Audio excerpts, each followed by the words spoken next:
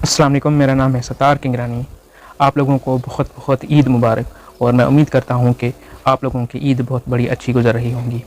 आज आईएमएफ और पाकिस्तान के बीच में एक बहुत अहम मुआहदा हो चुका है। अब पाकिस्तान को आईएमएफ तकरीबन $3 बिलियन पे करेगा, यानी कि बेल आउट पैकेज देगा, और जो कि 9 मई तक ये मुआहदा चलने वाला है। यानी कि इस वक्त पाकिस्तान के लिए ये एक बहुत बड़ी खुशखबरी है, क्योंकि इस वक्त पाकिस्तान, आप जानते हैं कि दिवालिया के नहज पर आ पहुंचा था और पाकिस्तान के पास इस वक्त डॉलर की किल्लत थी। पाकिस्तान को कहीं से भी डॉलर नहीं मिल रहे तो ऐसे में ये यकीनी तौर पर पाकिस्तान के लिए एक बहुत बड़ी खुशखबरी है। पाकिस्तान की रियासत के लिए तो ये बहुत बड़ी खुशखबरी है, लेकिन इसके बहुत बड़े नताइज और बहुत बड़ी कीमत पाकिस्तान की आवाम को अदा करनी पड़ेगी। आज के व्लॉग में हम ये जानने की कोशिश करेंगे कि इस मुआहदे के पाकिस्तानी अवाम पे क्या असरात होंगे। क्या पाकिस्तान में महंगाई कम होगी और गरीब अवाम के मुश्किलात कम होंगे या नहीं होंगे, और कितनी पाकिस्तान के गरीब अवाम को मज़ीद मुश्किलात का सामना करना पड़ेगा। यही कुछ आज की इस व्लॉग में हम डिस्कस करने की कोशिश करते हैं और जानने की कोशिश करते हैं। जी, अब चलते हैं अपने मौजू की तरफ। यकीनी तौर पर ये पाकिस्तान के लिए एक बहुत बड़ी खुशखबरी है। ईद के दिन पे ये गवर्नमेंट ऑफ पाकिस्तान के लिए यकीनी तौर पर एक ईद जैसी ही खबर है, क्योंकि इस वक्त पाकिस्तान दिवालिया के नहज पे था, डिफ़ॉल्ट के नहज पे था। पाकिस्तान को कहीं से भी डॉलर्स नहीं मिल रहे थे। पाकिस्तान गुज़िश्ता 9 मई से ये कोशिशें कर रहा था उसे बेल आउट पैकेज मिले, लेकिन इसाक डार की हठधर्मी और इसाक डार के जो एटीट्यूड था उसने पाकिस्तान के अवाम और पाकिस्तानी रियासत को बहुत नुकसानात पहुँचाए हैं। लेकिन सितम ज़रफ़ी तो यह है कि इस वक्त तक इसाक डार अपनी उस गलती को मानने को तैयार ही नहीं है। देर आए दुरुस्त है, लेकिन इस वक्त पाकिस्तान ने आईएमएफ से एक स्टैंड बाय मुआहदा कर लिया है, जो कि तकरीबन 9 मई के लिए होगा। यानी कि इस अरसे से पाकिस्तान इलेक्शन से भी अच्छी तरह से गुजर सकता है। इलेक्शन होती हैं कि नहीं होती वो तो एक दूसरा इशू है, लेकिन ये जो इस वक्त पाकिस्तान को टाइम मिल चुका है, इससे पाकिस्तान अपने मुआशी और सियासी मसाइल को अच्छी तरह से हल कर सकता है। पाकिस्तान के लिए एक ब्रीथिंग स्पेस इस मुआहदे के तहत मिल चुका है, लेकिन ये अब इस गवर्नमेंट पे है कि वो इस चीज़ या इस अपॉर्चुनिटी को कैसे देखती है और कैसे पाकिस्तान के अवाम और पाकिस्तान के मुआशरत को हल करती है और पाकिस्तान के अवाम के कितने मसाइल हल कर सकती है।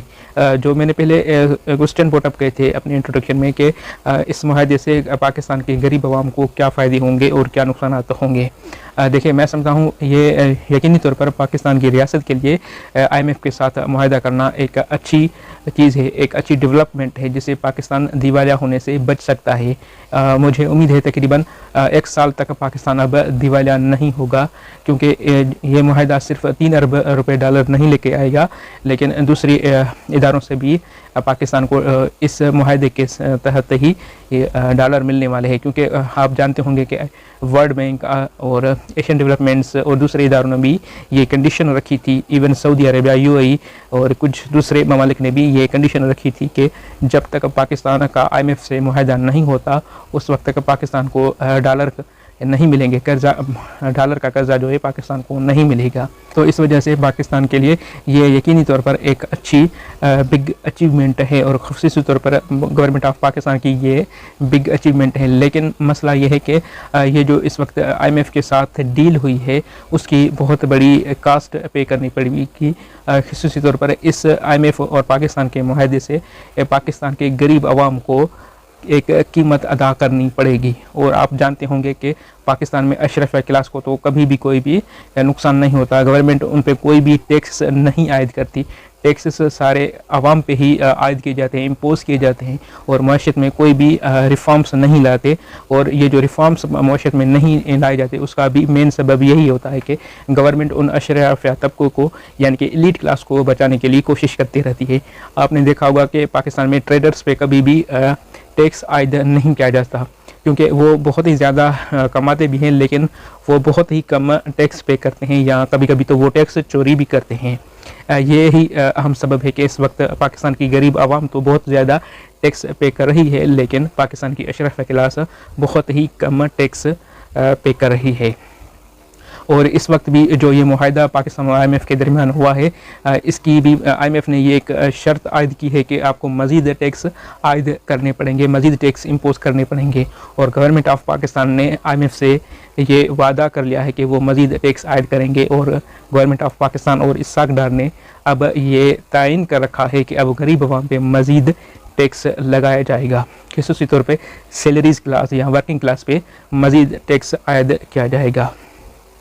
और सितम ज़रीफ़ी तो ये है कि गवर्नमेंट ऑफ पाकिस्तान ने IMF से ये भी माहिदा किया, ये भी बात मान ली है कि वो मज़ीद पेट्रोलियम प्राइसेस को बढ़ाएगी, गैस बढ़ाएगी, गैस की प्राइसेस बढ़ाएंगी और बिजली के प्राइसेस भी बढ़ाएंगी। और ये चीज़ें की जब प्राइसेस बढ़ती है तो आप जानते हैं कि इससे महंगाई का एक तूफ़ान बर्पा हो जाता है। इस वक्त ही पाकिस्तान में बहुत हाई महंगाई है, बहुत हाई इन्फ्लेशन रेट है, तकरीबन 50 साल की जो रिकॉर्ड है महंगाई पाकिस्तान में वो तोड़ चुकी है।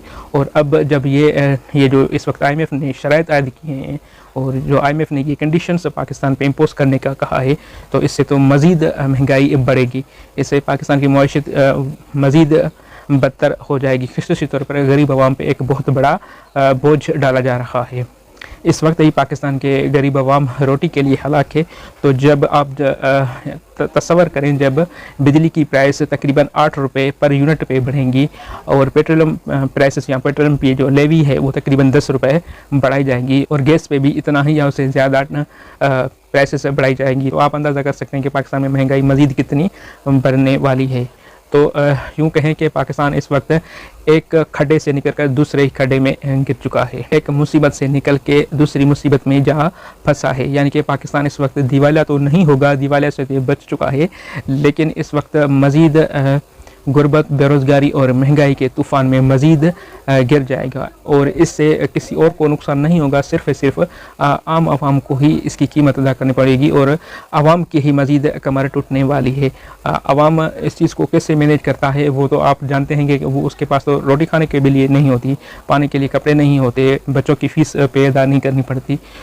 तो इस वक्त जो ये IMF और पाकिस्तान के दरमियान जो मुआहदा हुआ है वो गरीब आवाम के लिए यकीनी तौर पर किसी एटम बम से कम नहीं है। सिर्फ़ इससे अशरफ क्लास को फ़ायदा हुआ है।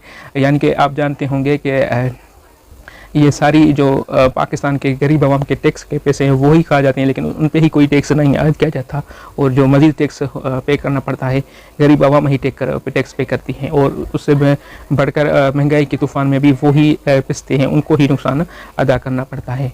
तो हम यूँ कहें कि पाकिस्तान इस वक्त मज़ीद महंगाई के दलदल में फंस जाएगा, लेकिन दिवालिया से बच जाएगा। और शायद आने वाले दिनों में डॉलर का रेट जो है यानी कि रुपये की कीमत, रुपए की जो कदर है वो मज़ीद बढ़ेगी। ये अच्छी चीज़ नज़र आ रही है, जिससे कम से कम रुपए की कदर बढ़ेगी। लेकिन जब महंगाई बहुत ज़्यादा होगी तो उससे ये सारी चीज़ें बहुत ही कम नज़र आ रही हैं।